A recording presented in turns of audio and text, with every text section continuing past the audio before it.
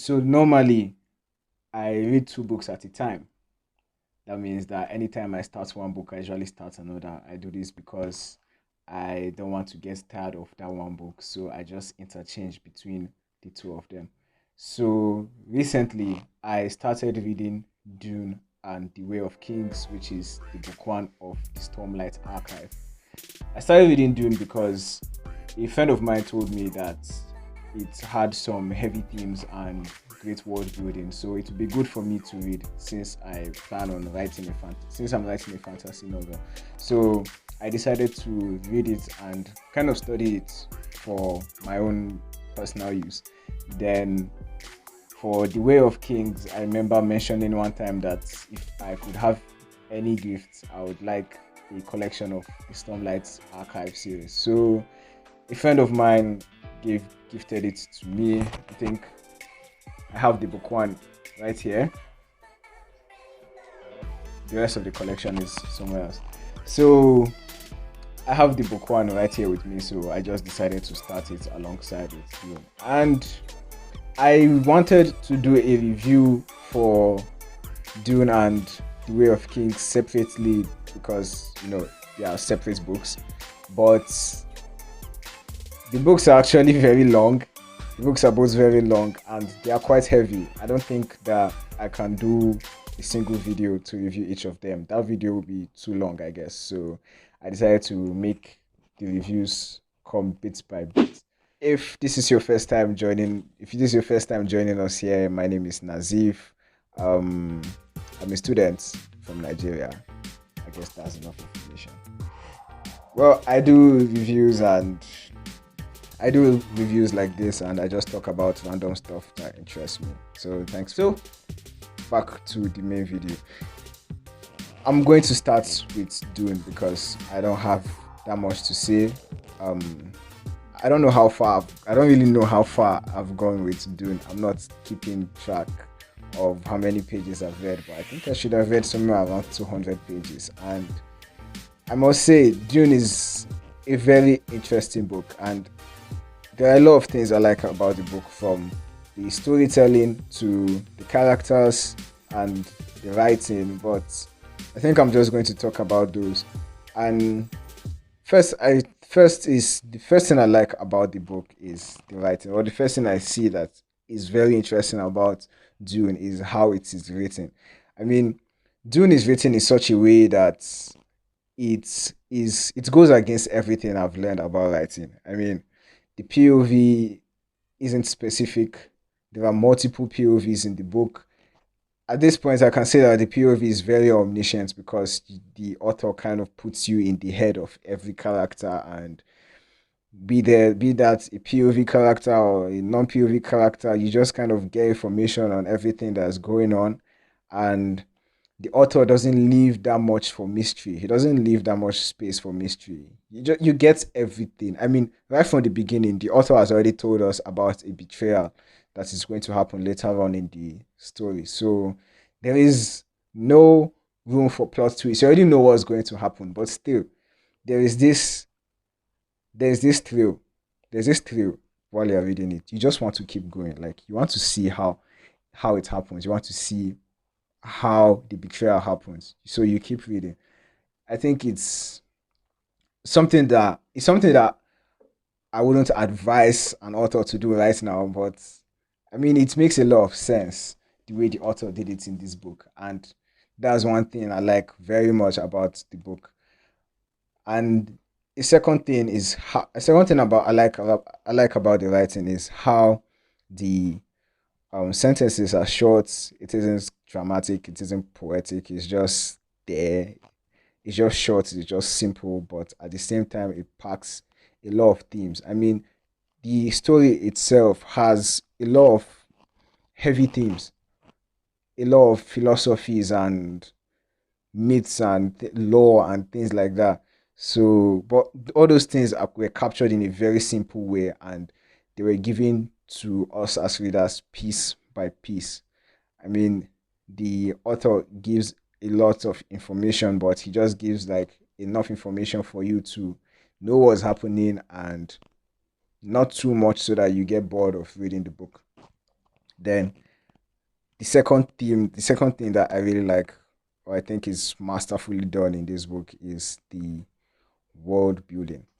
The world building is very unique. It is a fantasy, kind of like Star Wars, with the intergalactic travel and the space empire and those kind of stuff, those kind of themes. It has, I think, it has a kind of Victorian, or should I say medieval touch when you look at the house Atreides in I think the planet was called Caladan. Yeah, but it has that kind of medieval touch with the House of Atreides. And at the same time, it also has a Middle Eastern touch with the Femen and Arrakis and the Bene Gesserit.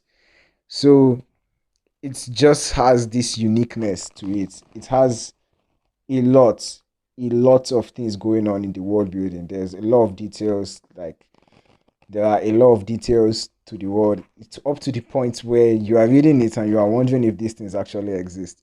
I mean, with the worms, the sandstorms, and all of it, there's so much detail in the world building, which I find very unique.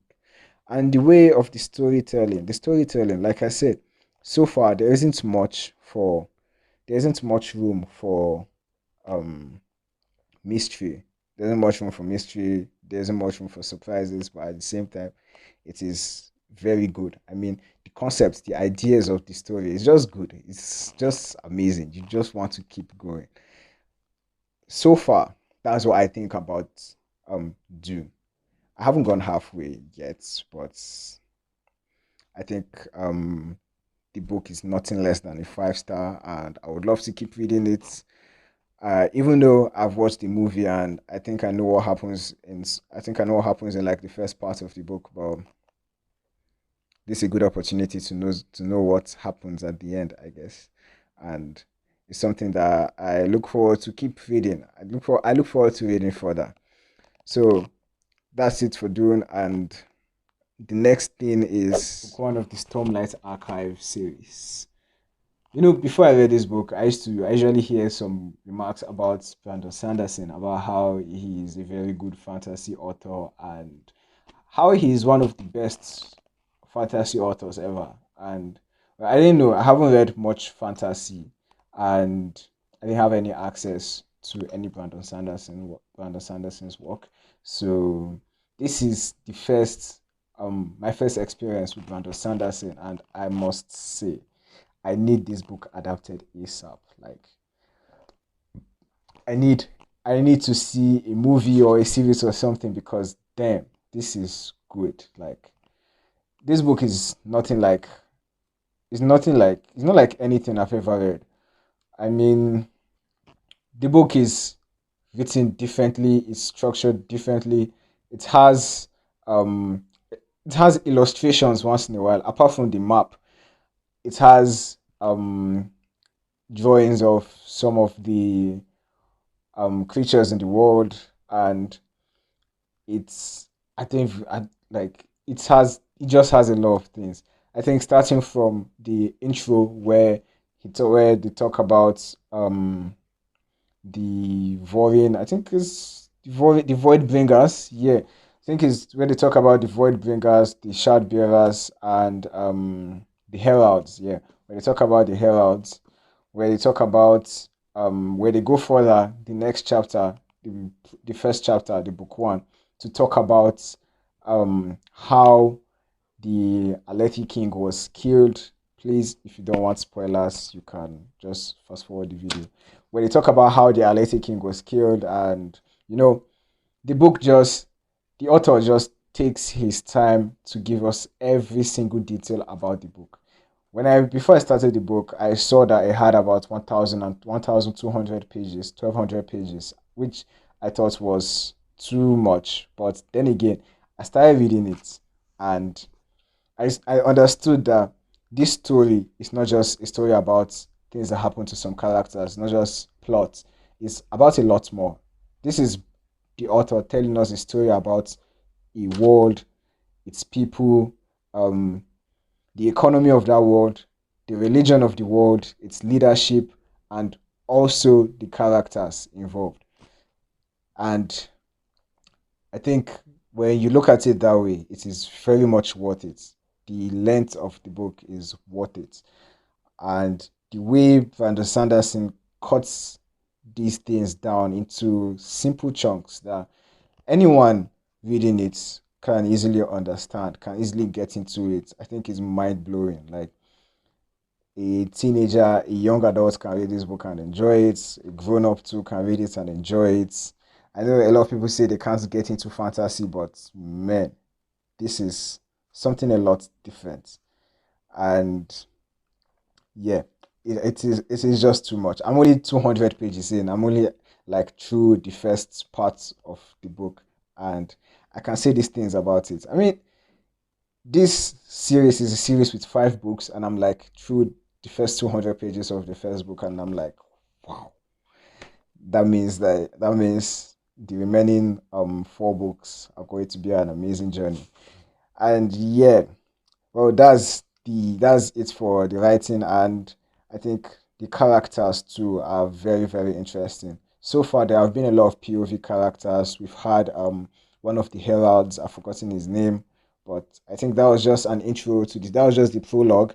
Then we have Set. I think I'm pronouncing it right. This is Zet or Set.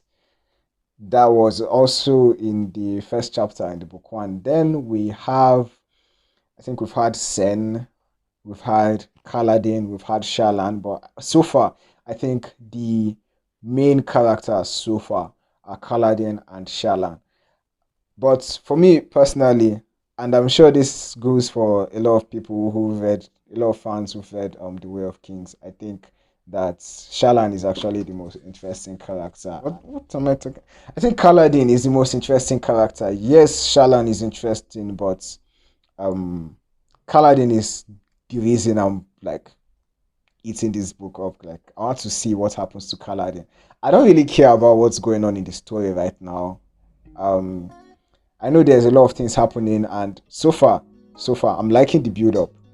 I don't really know what is going on in the story. I don't know where it's getting at, but Kaladin just makes me want to continue the story. I mean, he's going through a lot, and he's a kind of character who normally shows bravery, who is courageous, who is strong, but his will is being broken down by the challenges he's facing, and he got to that point where he wanted to take his life by himself. But I think the author is doing, Brandon Sanderson did a good job showing his development. I mean, yesterday I spoke about this with someone on Twitter, and he said Brandon Sanderson's character development is on another level, and I completely agree, man. This is character development on steroids, which makes it a lot interesting.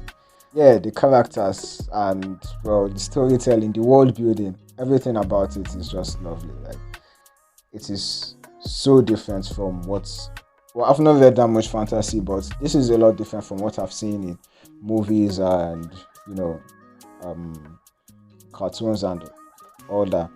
This is something very unique, and I think Brandon Sanderson is an author who has a very vivid memory, who has like a very wild imagination, and it's something that I respect a lot.